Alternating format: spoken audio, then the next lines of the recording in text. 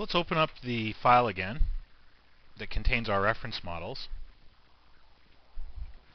And on the reference that we're currently on, if I open up the Mulcore model, I can open up the PointOven Baker.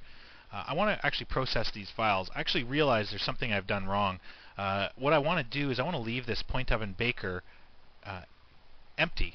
Actually, I want to go in and remove these objects, specifically because in the actual model, the name of the model is going to conflict with the actual name of my reference model.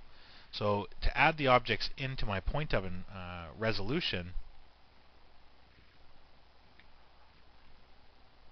I can add them this way. Now I get the correct path to the object. So again, that was just my bad. I'm going to open up the rest of the geo group, and I'll take the pupils and add those in as well. So now I've got actual pointers to my files, and we're making sure that the files are being stored in the MDD format with the file prefix. I'll go and process the 350 frames now. And out of this, I'll get separate MDD files that I can reapply in the PointOven cache reference model. So we'll just give this a few moments to cache up.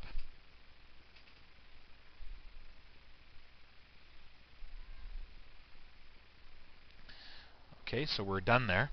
And finally, if I switch to my final reference model, so let's say we had actually finished animation, it's approved now, and we're actually ready to send this off to the farm or just send it away somewhere in a final format. This format is probably the most foolproof format that you can work in. We're just dealing with points, just a shell of geometry, nothing else.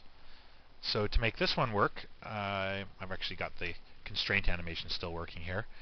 We'll go into each of the objects in our reference model. So if I look into my geo group, I'm going to look at the PointOven reader that I've got on each of my files, and I'm going to read in a file name. So this I'm going to want to read in my PointOven cache, the jogging suit. And for each of these objects here, I'll actually set the filter to recycle similar so that only PointOven cache readers appear. I'll close up this object and I'll just work on the next object. So the left eye geo, and all of that should be here. Left eye geo, left pupil,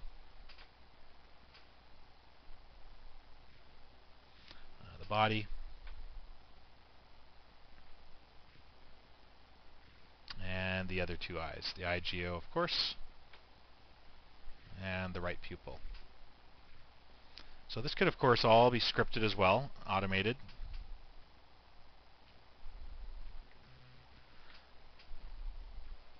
When you look at it, everything just works. I can work with the push operator if I need to.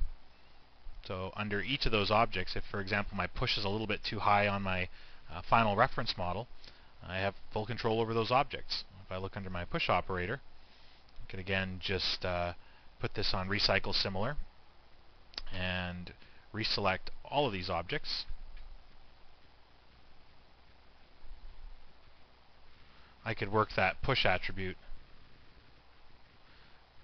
back in. So if I use it at something like 0, then the object has no push. Remember that the PointOven cache actually takes into account the push, and the push is being applied across all of the reference models through delta. We could actually tell it not to apply the operators at this particular resolution, but it's easy enough just to take the amplitude off. So we have a final file now that's very light, very efficient, and won't cause us any problems when we actually go to render it.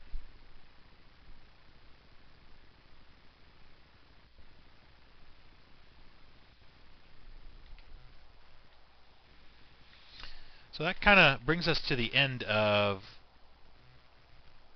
the reference model section. You've noticed that we can do a lot with reference models. Point cache resolutions through the power of delta, adding in operators and weight maps to fix certain resolutions, choosing certain resolutions to work for specific scenes. So being able to swap out weight maps on the fly is very useful. And of course, at all times, working with motor, the mixer, and keyframe animation on any reference level. So it's very well integrated into XSI and is getting more and more powerful with each revision we go through. So we'll sign off there, and hopefully you learned a lot from these series of tutorials.